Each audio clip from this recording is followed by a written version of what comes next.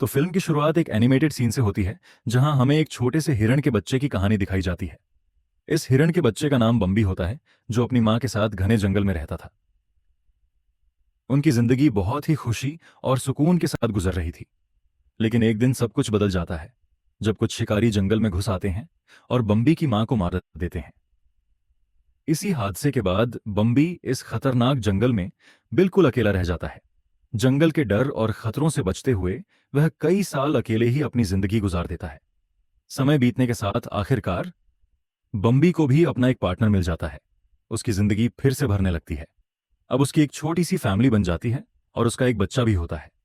इसी वजह से बम्बी फिर से अपने बचपन की तरह खुश रहने लगता है।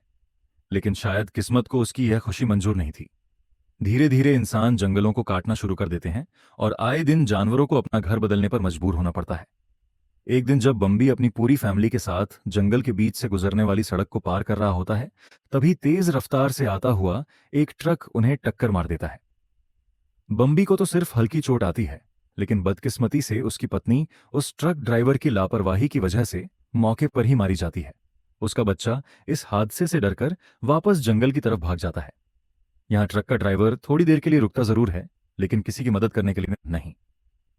वह पास की नदी के किनारे जाकर अपने पास मौजूद जहरीले टॉक्सिक केमिकल से भरे हुए ड्रम पानी में बहा देता है और वहां से ऐसे भाग जाता है जैसे उसने कुछ किया ही ना हो। बम्बी, जो एक बार फिर अपनी पूरी फैमिली खो चुका होता है, गहरे दुख और गुस्से में पागल सा हो जाता है। प्यास से तड़पते हुए वह उसी नदी का पानी पी लेता है जिसमें कुछ देर पहले वह आदमी जहरीले केमिकल मिलाकर गया था।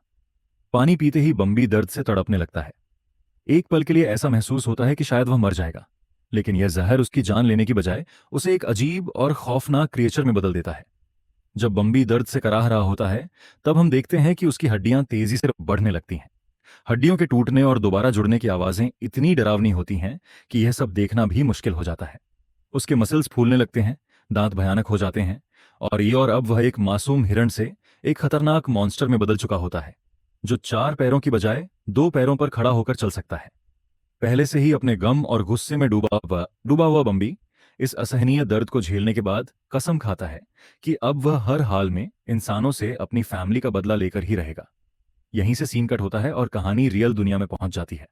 हमें जिना और उसके बेटे को दिखाया जाता है, जो अपनी फैमिली के साथ थैंक्स गिविंग मनाने के लिए जा रहे होते हैं। लेकिन यहां जिना बहुत परेशान होती है, क्योंकि हमेशा की तरह उसके पति ने आखिरी वक्त पर अपना प्लान कैंसिल कर दिया होता है। अब जिना को अपने बेटे के साथ अकेले ही इतना लंबा सफर तय करना होता है। वह खुद ड्राइव करने का रिस्क नहीं लेती, इसलिए एक टैक्सी बुक कर लेती है, ताकि वह जंगल के अंदर बने उस कैबिन तक पहुंच सके जहां उसके बेटे बेंजी की ग्रैंड मदर रहती हैं। जंगल के टेढ़े मेढ़े रास्तों की वजह से बेंजी की तबीयत खराब होने लगती है और डैड के ना आने से उसका मूड भी बिगड़ा रहता है। तब जिना मजाक में उससे कहती है, अरे तुम्हारे डैड नहीं आए तो क्या हुआ, हमें कौन सा इस जंगल में कोई निकल आएगा। यह सुनते ही ड्राइवर अचानक गंभीर हो जाता है और उन्हें कोई चेतावनी देते हुए कहता है कि यह जंगल कोई आम जंगल नहीं है। यहां अक्सर लोग रहस्यमय तरीके से गायब हो जाते हैं। कुछ ही देर बाद बेंजी को फिर से उल्टी आने लगती है और वह ड्राइवर से तुरंत गाड़ी रोकने को कहता है। ड्राइवर जैसे ही ब्रेक पर पैर रखता है, तभी अचानक जोरदार धमाका होता है। कोई बहुत भारी चीज उनकी टैक्सी से टकरा जाती है। टक्कर इतनी तेज होती है कि गाड़ी हवा में उछल जाती है और संतुलन बिगड़ने की वजह से खाई में गिरकर पलट जाती है। किसी तरह जिना और बेंजी अपनी जान बचाते हुए टूटी हुई गाड़ी से बाहर निकल पाते हैं। इस वक्त वे दोनों बुरी तरह जख्मी भी होते हैं और बेहद डरे हुए भी, क्योंकि उन्होंने साफ महसूस किया होता है कि अंधेरे में किसी चीज ने ड्राइवर को बुरी तरह घसीट कर ले गया है। ड्राइवर की कही बात उन्हें याद आती है कि यहां लोग गायब हो जाते हैं, और यही सोचकर उनका डर और भी बढ़ जाता है। इसी डर के बीच जंगल के सन्नाटे में अचानक और भी डरावनी आवाजें गूंजने लगती हैं। एक खौफनाक गुर्राहट और भारी कदमों की आवाज से उन्हें एहसास होता है कि उनके आसपास कोई उनका शिकार कर रहा है। अपनी जान बचाने के लिए यह माँ बेटा जंगल में भागने लगते हैं और आखिरकार बेंजी की ग्रैंड माँ मैरी के कैबिन तक पहुंच जाते हैं। अंदर कैबिन में बाकी फैमिली उनका इंतजार कर रही होती है। यहाँ साइमन के सभी भाई, उनकी पत्नियां और बच्चे भी मौजूद होते हैं, और सबका मूड खराब होता है क्योंकि साइमन, बेंजी के पिता, वहां नहीं आए होते। यहीं में हमें पता चलता है कि बेंजी की ग्रैंड माँ को डिमेंशिया है। वह ज्यादातर अपनी कुर्सी पर बैठी रहती हैं, अजीब अजीब बातें करती रहती हैं और डरावने स्केच बनाती रहती हैं। अचानक कैबिन का दरवाजा जोर जोर से खटखटाने लगता है। जैसे ही लोग दरवाजा खोलते हैं, सामने साइमन की फैमिली खड़ी होती है। इस वक्त वे दोनों बुरी तरह डरे हुए और कांप रहे होते हैं। सब उन्हें अंदर लेकर शांत करने की कोशिश करते हैं और उनसे पूछते हैं कि आखिर हुआ क्या था। बेंजी उन्हें जंगल में हुए एक्सीडेंट और उस जानवर के बारे में बताता है जिसने ड्राइवर को खींचकर ले गया था। साइमन की फैमिली यह सब सुनकर पूरी तरह कंफ्यूज हो जाती है। साइमन की फैमिली पूरी तरह कंफ्यूज हो चुकी थी। तभी साइमन का भाई खुद को बहादुर और होशियार साबित करने की कोशिश करता है। वह टॉर्च उठाता है और बोलता है कि वह बाहर जाकर ड्राइवर को ढूंढकर मदद करेगा। उसी वक्त सीन जंगल की तरफ शिफ्ट होता है, जहां कुछ और लोग दिखाई देते हैं। ये लोग आम इंसान नहीं बल्कि प्रोफेशनल शिकारी होते हैं, लेकिन आज ये यहां शिकार के लिए नहीं आए थे। इन्हें विलबक्सर कंपनी की तरफ से एक बड़ा और खतरनाक कॉन्ट्रैक्ट मिला हुआ था। उनका मिशन था म्यूटेट हो चुके बम्बी को ढूंढना और उसे खत्म करना, ताकि यह राज दफन ही रह जाए कि कंपनी के टॉक्सिक केमिकल्स की वजह से जानवर ज़ॉम्बी बन चुके हैं। जैसे ही ये शिकारी आगे बढ़ते हैं, उन्हें खाई के पास एक टूटी हुई टैक्सी दिखाई देती है। यह देखकर सभी घबरा जाते हैं। तभी झाड़ियों के पीछे से किसी के चलने की आवाज आती है। डर के मारे बिना सोचे समझे एक शिकारी उसी दिशा में गोलियां चला देता है, लेकिन वहां कोई जानवर नहीं होता। वहां साइमन का वही भाई मौजूद था जो ड्राइवर की मदद करने आया था। गोली लगते ही उसकी मौके पर ही मौत हो जाती है। अपने साथी को मरा देख बाकी शिकारी गुस्से में आ जाते हैं। वे फैसला करते हैं कि इस घटना की खबर बाहर नहीं जानी चाहिए। वे वहीं एक गड्ढा खोदते हैं और लाश को दफनाकर वहां से चले जाते हैं। अब सीन दोबारा ग्रैंड मां मैरी के केबिन में आता है। जिना अभी भी बुरी तरह डरी हुई होती है। उसकी नजर मैरी द्वारा बनाई गई ड्राइंग्स पर पड़ती है। वह गौर करती है कि सभी स्केच में एक ही चीज बनी हुई है, एक विशाल काला हिरण जिसके बड़े बड़े और खतरनाक सींग हैं। जिना समझ जाती है कि अगर मैरी ये तस्वीरें बना रही हैं तो इसका मतलब है कि उसने उस मॉन्स्टर को बहुत करीब से देखा है, यानी खतरा अब इनके आसपास ही मंडरा रहा है। बेंजी अपनी दादी के पास जाता है और सुनता है कि वह बार बार एक ही बात दोहरा रही है। वो सामने पार्क में खेल रहा है। बेंजी हैरानी में खिड़की से बाहर झांकता है और अचानक जोर से चिल्ला उठता है। जंगल के किनारे पेड़ों के बीच वही भयानक मॉन्स्टर खड़ा होता है, वो ज़ॉम्बी बना हिरण, बम्बी। वह अब चार नहीं बल्कि इंसानों की तरह दो पैरों पर खड़ा था। उसकी आंखें आग की तरह लाल थीं और उसके विशाल सींग उसे और भी डरावना बना रहे थे। अचानक बम्बी एक जोरदार दहाड़ मारता है और केबिन की ओर दौड़ पड़ता है। घर के अंदर अफरा तफरी मच जाती है। लोग इधर उधर भागने लगते हैं। बम्बी दरवाजा तोड़ते हुए अंदर घुस आता है। जिना और बेंजी के अंकल किसी तरह बाहर भाग निकलते हैं, लेकिन बेंजी की आंटी खुद को बचाने के लिए बाथरूम में छिप जाती है। बम्बी वहां भी दरवाजा तोड़ देता है और अपने सींग उसकी बॉडी में घुसा देता है। वह किसी तरह खिड़की से बाहर निकलने में कामयाब हो जाती है, लेकिन बम्बी उसका पीछा करता है। बाहर खड़ी कार से जिना और बाकी लोग अपनी आंखों से देखते हैं कि कैसे बम्बी बेरहमी से उसकी जान ले लेता है। वे लोग घबराहट में कार स्टार्ट करने की कोशिश करते हैं, लेकिन इंजन चालू नहीं होता। तभी बम्बी घर को तहस नहस करने के बाद उनकी तरफ बढ़ता है। किस्मत से कार स्टार्ट हो जाती है और वे तेजी से सड़क की ओर भागते हैं। बम्बी लंबी लंबी छलांग लगाते हुए उनका पीछा करता है और बार बार कार को सड़क से गिराने की कोशिश करता है। बेंजी के अंकल किसी तरह गाड़ी संभाले रखते हैं और स्पीड बढ़ाकर बम्बी से आगे निकल जाते हैं, लेकिन थोड़ी ही दूर पर एक विशाल पेड़ उनका रास्ता रोक लेता है। अब वे बुरी तरह फंस चुके होते हैं। आगे जाना नामुमकिन था और पीछे से बम्बी तेजी से करीब आ रहा था। तब वे फैसला करते हैं कि पेड़ को हटाना ही एकमात्र रास्ता है।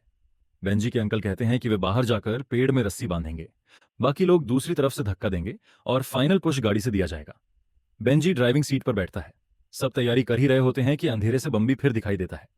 डर के मारे बेंजी गलती से एक्सीलरेटर दबा देता है। रस्सी बेंजी के अंकल के पैर में फंसी होती है और वे घसीटते चले जाते हैं। उनका चेहरा बुरी तरह जख्मी हो जाता है। उनका बेटा जंगल की तरफ भाग जाता है। वह बम्बी का शिकार नहीं बनता, लेकिन गुस्से में एक छोटे खरगोश को ठोकर मार देता है। कुछ देर बाद वही खरगोश अपने साथियों के साथ लौटता है। वे सभी टॉक्सिक वेस्ट की वजह से ज़ॉम्बी बन चुके होते हैं और मिलकर उस लड़के पर हमला कर देते हैं। अब सीन वैन पर आता है। वहीं शिकारियों का ट्रक भी पहुंचता है। जिना मदद के लिए उन्हें रोकती है। शिकारी सबको अपने ट्रक में बैठा लेते हैं। जब वे अपने अड्डे पर पहुंचते हैं तो जिना और बेंजी हैरान रह जाते हैं। वहां साइमन भी मौजूद होता है। साइमन इसी इलाके में रहते हुए भी अपनी फैमिली के साथ डिनर पर नहीं आया था।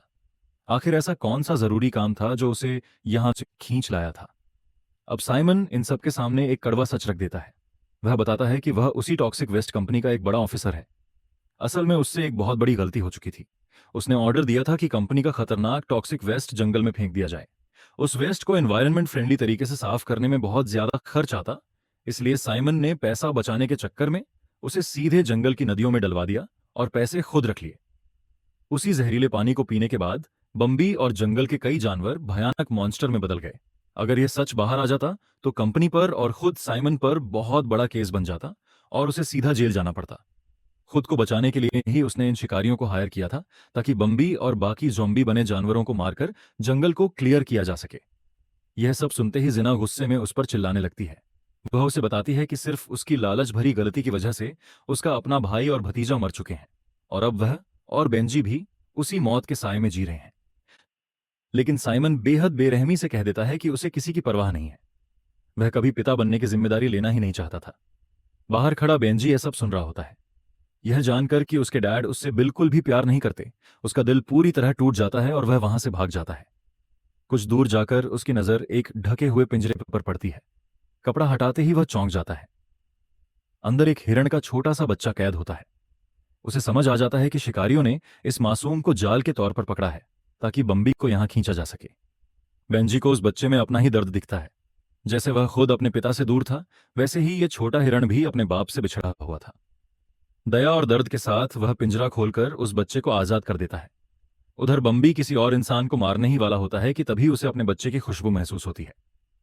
वह तुरंत उस इंसान को छोड़ देता है और अपने बच्चे की तलाश में निकल पड़ता है।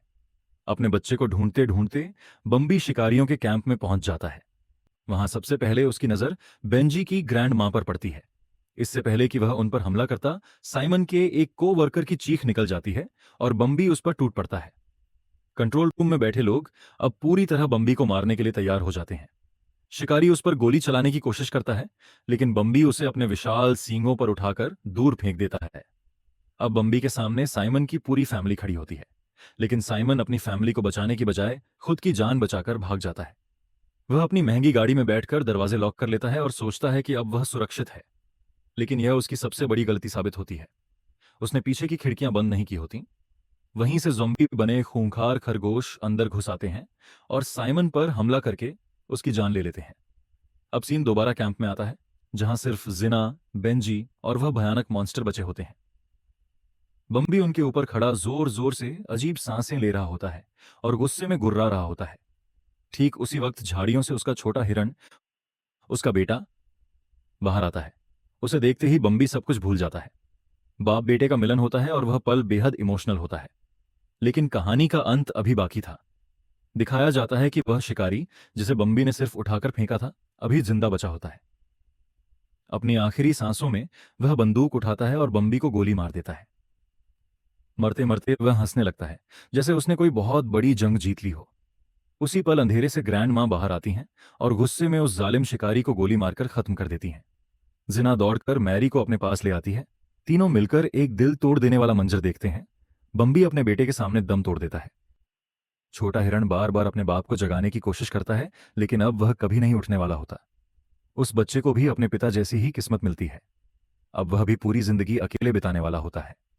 और इसी दर्द भरे सीन के साथ यह रुला देने वाली कहानी यहीं खत्म हो जाती है।